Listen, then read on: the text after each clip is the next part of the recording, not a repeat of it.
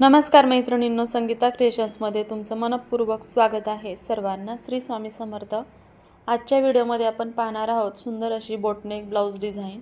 आता blouse design बनवण्यासाठी आपण ब्लाउजचं मेजरमेंट पाहूया। 16 इंच कटिंगचं माप आहे, 15 इंच उंची तयार होईल ब्लाउजची, 7.5 इंच शोल्डर आहे, आर्महोल 6.5 इंच आहे कारण हे बोटनेकचं कटिंग आहे, आणि गळा इथे घेणार आहे 4.5 इंच लांब आणि 4.5 इंच रुंद।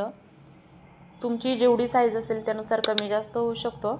जर 34 पर्यंत साईज असेल तर तुम्ही 3.5 इंच ही गळा घेऊ शकता। इथे 40 साईज आहे म्हणून मी 4.5 इंच गळा घेतलेला आहे, आणि इथे 1.5 इंचाचं मार्जिन घेऊन गळ्याला आकार देऊन घ्यायचा आहे। हा बोटनेकचा शेप आहे तो या पद्धतीनेच दिला जातो म्हणजे गळा छान बसतो। तर त्याखाली 2 इंचावर एक मार्क करायचा आहे आणि तिथून खाली मेन गळ्याचं मेजरमेंट टाकायचं आहे, म्हणजे सेंटरला आपण जी डिझाइन बनवणार आहोत त्यासाठी। तर आता खालच्या बाजूने मला 3.5 इंचाची तयार पट्टी हवी आहे म्हणून मी इथे 4.5 इंच मार्किंग केलंय, आणि उरलेला जो काही मध्यभाग आहे तेवढ्यामध्ये आपण डिझाइन बसवणार आहोत।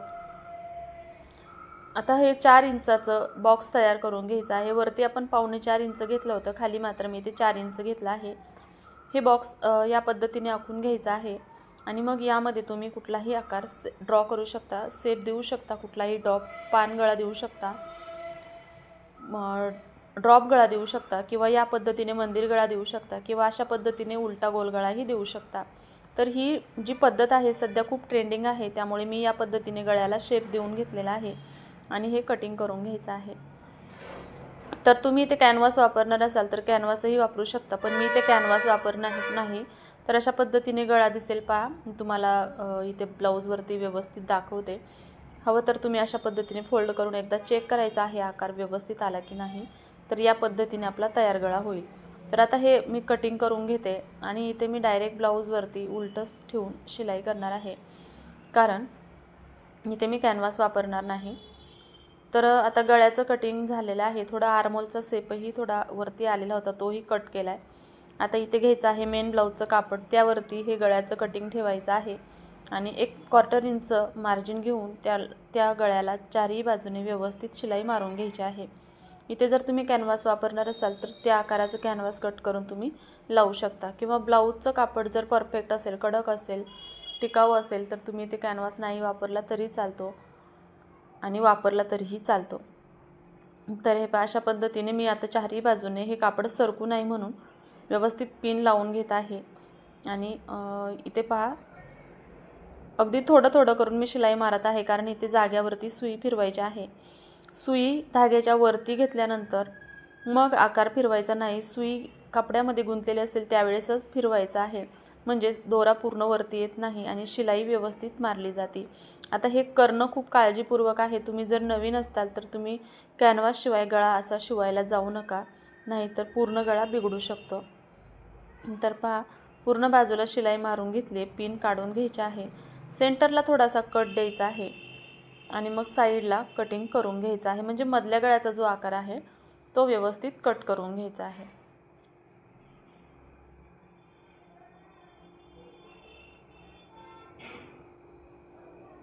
तर हे अशा पद्धतीने कट केल्यानंतर सेंटरला आणि जिथे आकार आहे तिथे छोटे छोटे कट देऊन घ्यायचेत। मेन हे 2 कट खूप गरजेचे देणं, जिथं आपण गोल आकार संपवतो तिथे, आणि साईडला सुद्धा छोटे छोटे कट देऊन घ्यायचे आहेत। आणि नंतर हे अस्तरचं कापड पूर्ण आतमध्ये घेऊन फोल्ड करून त्यावरती दाबटीप देऊन घ्यायचे आहे, किंवा तुम्ही सेट करून इस्त्री करून घेऊ शकता, मग दाबटीप देण्याची गरज नाही।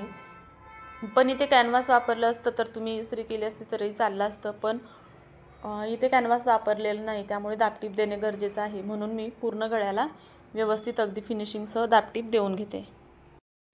दाबटीप देऊन झाल्यानंतर साईडचं जे काही ओपन कापड आहे तेही व्यवस्थित कट करून घ्यायचं आहे। आधी ब्लाऊजचा जो ओपन भाग आहे अस्तरचा, ज्यावरती आपण परफेक्ट कटिंग केलेला आहे, त्या कटिंगच्या भरपूर कडेवरती अगदी व्यवस्थित शिलाई मारून घ्यायचं आहे।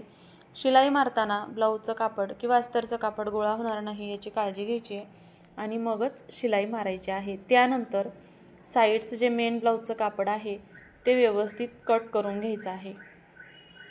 आता हे कापड कट झाल्यानंतर जो वरचा गळ्याचा आकार आहे जिथे आपण शिलाई मारलेली नव्हती पण चॉकने मार्किंग केलेलं होतं त्या मार्किंगवरती बरोबर शिलाई मारायची आहे. आणि शिलाई मारून झाल्यानंतर इथे गळ्यासाठी आपण पट्टी कट करणार आहोत. तिरकस पट्टी कट करून घ्यायची आहे. तर या अशा पद्धतीने मी गळा कट करून घेतलेला आहे. आता रेग्युलर ब्लाऊजला जसे टक्स मारतात तसेच मी इथं टक्स मारून घेत आहे. 3.5 इंच किंवा 4.5 इंच उंचीचे तुम्ही टक्स घेऊ शकता. आता इथे टक्स मारून झाल्यानंतर मग मी तिरकस पट्ट्या कापून वरचा जो गळ्याचा आकार आहे त्याला व्यवस्थित फिनिशिंग देणार आहे. इथे सरळ पट्टी कापायची नाही, कारण हा आकार जागेवर असतो म्हणून तिरकस पट्टी जी असते ती फिजिबल होते, म्हणून तिरकस पट्टी कट करायची आणि मगच गळ्याला गोट घालून घ्यायचा आहे. तर अशा पद्धतीने जो गळ्याचा मधला भाग निघला होता त्यामध्येच मी तिरकस पट्ट्या कट केल्यात आणि त्या अशा पद्धतीने एकमेकांना जोडून घ्यायच्या आहेत. मधला जो जोडलेला भाग आहे त्यावरती एक शिलाई मारून घ्यायची आहे आणि नंतर इथे सेंटरला फोल्ड करायचा आहे. दोन्ही भाग सारखे करायचे आहेत. पट्टी सेंटरला फोल्ड करायची आहे आणि मग गळ्याच्या आकारावरतीही जोडून घ्यायची आहे. आता इथंही एक गोष्ट लक्षात ठेवा, ज्यावेळेस तुम्ही ही पट्टी जोडताल तर एकदम एकसारख्या मार्जिनवरती जोडायची आहे आणि शिवाय आपण पट्टी मधोमध फोल्ड केली आहे त्यामुळे पट्टीचे दोन्ही काठ आणि ब्लाऊजचा काठ शिलाईमध्ये आला पाहिजे, ही काळजी घ्यायची आहे. एक्स्ट्राची पट्टी कट करून घेतलेली आहे. त्यानंतर ह्या गळ्याला सुद्धा आतमध्ये पट्टी जोडल्यानंतर जिथे जागेवर आकार आहे तिथे कट देऊन घ्यायचेत आणि नंतर ही पट्टी फोल्ड करून घ्यायची आहे आणि गोट घालून घ्यायचा आहे. पण इथे गोट नाही घालायचा आहे, तर ही पट्टी पूर्ण आतमध्ये दुमडून घ्यायची आहे आणि मग त्यावरती अगदी फिनिशिंगसह दाबटीप मारायची आहे. तर हे पहा अशा पद्धतीने दाबटीप मारून झाली आहे. आता पुन्हा एक वरच्या बाजूने ही पट्टी बाहेरच्या बाजूने येऊ नये म्हणून तुम्ही शिलाई मारून घेऊ शकता किंवा हात शिलाई करू शकता. मी इथे शिलाई मारली आहे.